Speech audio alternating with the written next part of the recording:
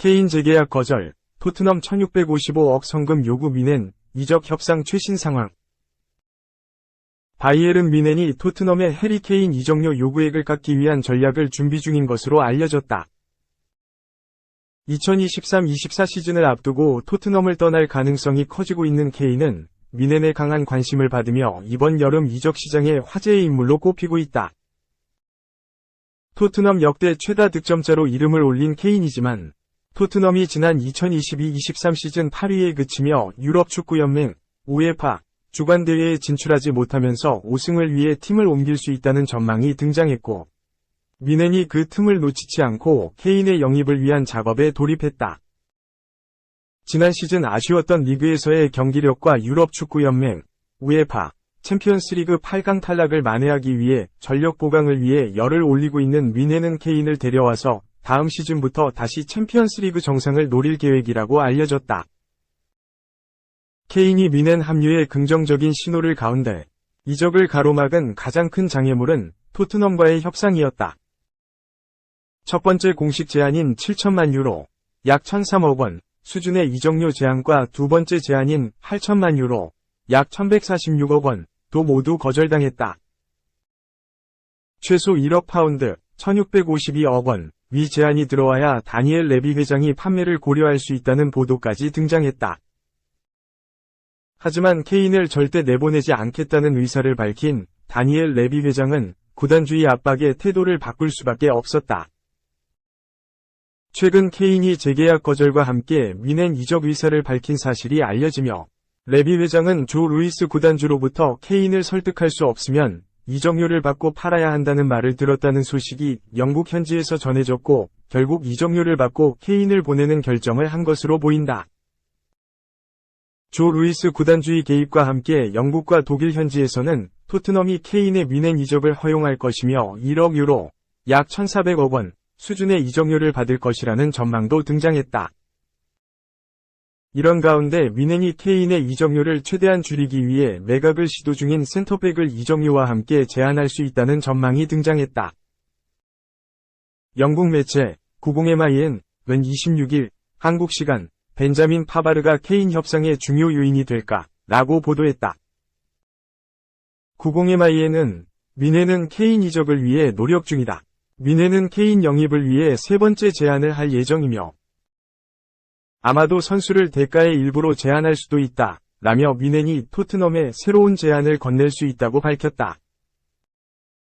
이어 루이스 구단주는 케인이 계약을 연장하지 않으면 그를 팔도록 했다. 토트넘은 케인의 이적료로 1억 1,500만 유로 수준을 바라는 것으로 알려졌다.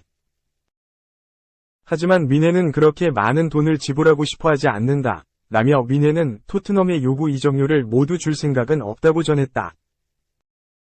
매체는 뮌헨이 이적료를 줄이기 위해 포함될 수 있는 선수로 파바르를 꼽았다.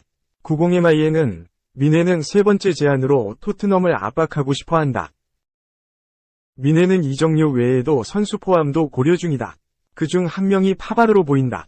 파바르는 2024년 계약이 만료되며 계약 연장을 거절해 이번 여름 매각될 예정이었다. 라며 파바르가 케인 이적의 대가로 토트넘에 갈 수 있다고 설명했다. 실제로 토트넘은 이번 여름 수비진을 보강하기 위해 에드몽 탑소바, 레버쿠젠, 미키 판더펜, 볼프스부르크를 영입 리스트에 두고 협상 중인 것으로 알려졌다. 파바르는 현재 뮌헨에서는 팀을 떠날 가능성이 제기되고 있지만 꾸준히 뮌헨에서 좋은 활약을 보여준 경력이 있기에 토트넘 수비진 보강을 위해 충분히 매력적인 자원일 수 있다. 90MIN은 토트넘과 파바르가 해당 제안을 받아들일 것이라는 전망은 아직 없다고 강조했다. 매체는 토트넘이 그걸 받아들일 것이라는 암시는 없다. 파바르도 토트넘 이적에 관심이 있는지는 의문이다. 라며 뮌헨의 제안에도 불구하고 해당 제안이 성사될 가능성이 크지는 않을 수 있다고 평가했다. 케인의 뮌헨행 가능성이 점차 커지는 가운데 뮌헨과 토트넘이 서로 만족할 수 있는 제안을 찾을 수 있을지도 귀추가 주목된다. 2. 토트넘 타이거컵 우승 히샤를리송 해트트릭 라이언시티 5에서 1대8 오른쪽 화살표 손흥민 골 취소 아깝다. 엑스포츠뉴스 이현석 기자, 토트넘이 라이언시티의 선제골을 허용했지만 역전에 성공하며 프리시즌 아시안 투어 첫 승을 거뒀다. 토트넘은 26일 한국 시간 싱가포르 국제 스타디움에서 열린 라이언시티 세일러스와의 프리시즌 타이거컵 친선경서 5에서 1로 승리했다. 토트넘은 지난 18일 호주 퍼스에서 진행된 웨스트햄과의 친선 경기에서 2에서 3으로 패했고, 지난 23일 레스터시티와의 경기는 취소되며 이번 프리시즌 승리가 없었는데 라이언시티를 꺾으며 첫 승을 챙기는 데 성공했다. 포스테코글루 감독은 8일 만에 치르는 실전에서 손흥민을 포함해 해리 케인, 데얀 쿨루세브스키로 선발 명단 공격진을 구성했다. 중원은 제임스 매디슨, 이브 비수마, 파페 사르가 자리했다. 수비진은 데스티니 우도지, 벤 데이비스, 크리스티안 로메로, 페드로 포로가 구성했고 굴리엘모 비카리오가 골문을 지켰다. 전반 초반 토트넘이 점유율을 확보하며 경기를 주도했지만 선제골은 라이언시티가 기록해 팬들을 놀라게 만들었다. 전반 14분 역습 상황에서 오른쪽 측면에 위치한 막심의 레스티네가 올린 크로스를 샤왈 아누아르가 문전 앞에서 마무리하며 토트넘 골망을 흔들었다. 토트넘은 계속해서 반격했지만 쉽사리 라이언시티의 수비를 뚫어내지 못했다. 전반 16분 매디슨이 페널티 박스 앞에서 날카로운 중거리 슛을 시도했지만 골문 밖으로 벗어났다. 손흥민도 기회를 잡았다. 전반 26분 수비 뒷공간으로 뛰어들어간 손흥민을 향해 케인이 정확한 크로스를 건넸고, 이를 손흥민이 헤더로 정확하게 마무리하며 라이언시티 골망을 흔들었지만 오프사이드 깃발이 올라가며 득점으로 인정되지는 못했다. 손흥민과 첫 호흡을 맞춘 매디슨은 전반 33분 손흥민의 패스를 받고 중거리 슛을 시도했지만 크로스바를 넘겼다. 이후 전반 36분에는 페널티 박스 중앙에서 좋은 기회를 잡았음에도 제대로 임팩트 되지 못하며 골키퍼 선방에 막혔다. 토트넘은 전반 추가 시간 사르가 페널티 박스 안에서 수비에 걸려 넘어져 얻은 페널티킥을 케인이 득점하며 동점골을 넣었고, 전반은 1에서 1로 마무리됐다. 후반 시작과 동시에 케인, 손흥민, 매디슨 등을 빼고 대거 교체를 감행한 토트넘은 경기를 완벽하게 주도했다. 후반 3분 이반 페리시치의 슈팅이 수비를 막고 나오자 히샤를리송이 곧바로 오른발 슛으로 재차 밀어 넣으며 토트넘의 리드를 안겼다. 히샤를리송은 후반 7분 상대 수비수의 백패스가 애매하게 문전 앞으로 날아가자 이를 직접 헤더로 마무리하며 멀티골까지 성공시켰다. 히샤를리송은 후반 23분 페리시치의 크로스를 받아 다시 한번 골망을 흔들며 해트트릭을 기록하는 듯 보였으나 오프사이드가 선언됐다.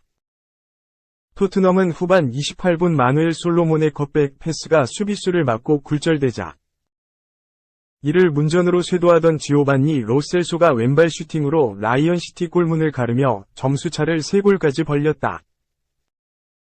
토트넘은 히샤를리송이 해트트릭을 완성하며 경기의 쐐기를 받았다. 후반 추가 시간 상대 문전으로 직접 공을 몰고 쇄도한 히샤를리송은 골키퍼를 넘기는 재치 있는 슛으로 다시 한번 라이언시티 골망을 흔들며 세 번째 득점을 기록했다. 이후에도 공격을 주도한 토트넘은 추가 득점이 더 나오지는 않으며 5에서 1대 승을 거뒀다. 지난 웨스트햄과의 프리시즌 첫 경기에서는 명단에서 아예 제외되며 이번 라이언시티전까지 프리시즌 데뷔를 하지 못했던 손흥민은 이날 경기에서 가벼운 몸놀림을 보여줬지만 공격 포인트를 기록하지는 못했다. 다만 싱가포르 국제경기장을 찾은 팬들은 손흥민에 대한 강한 애정이 담긴 문구와 유니폼들을 보여주며 그의 플레이를 봤다는 사실에 만족감을 드러낸 것처럼 보였다. 한편 손흥민은 이번 라이언시티전을 앞두고 진행된 인터뷰에서 지난 시즌 부진에 대해 직접 언급하며 차기 시즌 활약을 다졌기에 프리시즌임에도 이번 라이언시티전은 손흥민의 활약 여부에 많은 시선이 쏠렸었다. 손흥민은 인터뷰에서 정말 힘들었다. 난 평소에 고통을 숨기는 편이다. 수술을 받겠다고 밝히고 싶지 않았다. 이상하게 들릴 수 있겠지만 평소 운동을 하지 않을 때는 괜찮다가 경기장에 들어서면 턴 동작, 달리기, 멈출 때, 슈팅할 때 등 모든 동작에 영향을 끼쳤다 라며 탈장으로 고생했던 지난 시즌을 회상했다. 수술을 미룬 이유로는 팬들과 구단의 기대를 실망시킬 수 없었다고 말했다. 손흥민은 아마 많은 사람들이 왜 빨리 수술을 받지 않았는지 궁금해할 거다. 난 지난 시즌 매 순간이 어렵다고 느꼈다. 그 당시 난 동료들, 코칭 스태프, 팬들 모두를 실망시키고 싶지 않았다. 면서 모든 이들이 내게 의미 있는 사람들이다.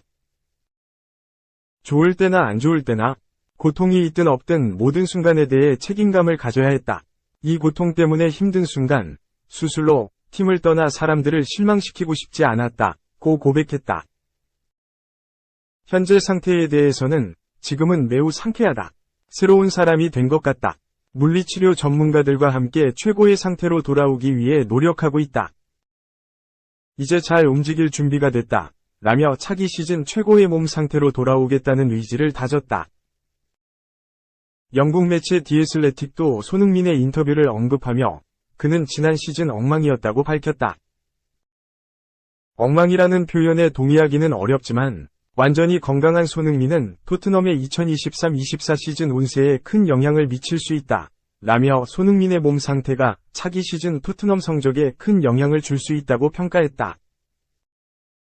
윈엔 이적설로 큰 관심을 받은 케인도 득점에 성공하며 만약 팀을 떠나더라도 팬들에게 마지막 선물을 안겨줄 수 있게 됐다.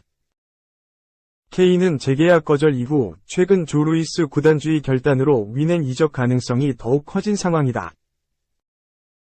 독일 현지에서는 아시아 투어 이후 윈엔이 케인에 대한 새로운 제안으로 토트넘을 설득할 것이라는 전망이 쏟아졌기에 이번 경기가 토트넘에서 치르는 마지막 경기일 가능성도 배제할 수 없다. 이런 경기에서 케인은 주장 완장을 달고 출전해 팀의 동점을 안기는 페널티킥까지 성공시키며 팬들과 마지막이 될 수도 있는 경기를 기분 좋게 마무리했다. 3. 히어위 고독점 11년 만에 파리 생제르맹 떠난다. 깜짝 사우디행. 지난 11년 동안 핵심 미드필더로 활약해온 마르코 베라티, 38위 생제르맹, 가 동행을 마치는 분위기다. 현재 아릴랄과 협상을 진행 중인데 개인 합의가 얼추 마무리되면서 사우디행이 임박한 것으로 알려졌다. 유럽 축구 이적 시장 전문가 파브리지오 로마노 기자는 27일 한국 시간 소셜 네트워크 서비스 SNS를 통해 베라티가 아릴랄과 협상을 진행하고 있다 면서 계약 기간은 3년이다. 개인 합의는 마무리가 되어가는 중이라고 독점적으로 소식을 전하면서 특유의 히어위 고순이라고 문구를 덧붙였다. 베라티는 지난 2012년 페스카라 칼초를 떠나 파리 생제르맹 유니폼을 입은 후 지금까지 줄곧 핵심으로 활약을 펼쳐온 미드필더다. 실제 통산 416경기, 11골 61도움을 뛰었는데 이는 역대 최다 출전 2위에 해당하는 기록이다. 1위는 장 마크 필로제, 65은퇴다. 이 기간에 그는 프랑스 리그 1 우승 9회와 쿠프 드 프랑스 우승 6회 등 모든 대회에서 총 30차례 트로피를 들어올렸다. 그리고 이는 파리 생제르맹 역사상 최다 우승 타이틀 획득 기록으로 남아있다. 그야말로 살아있는 레전드라고 해도 과언이 아니다. 베라티는 하지만 지난 5월부터 최근까지 파리 생제르맹을 떠날 수 있다면서 이적설이 잇따라 흘러나왔다. 실제 리버풀과 맨체스터 시티, 맨체스터 유나이티드, 아틀레티코 마드리드 등의 관심을 받으면서 구체적으로 연결됐다.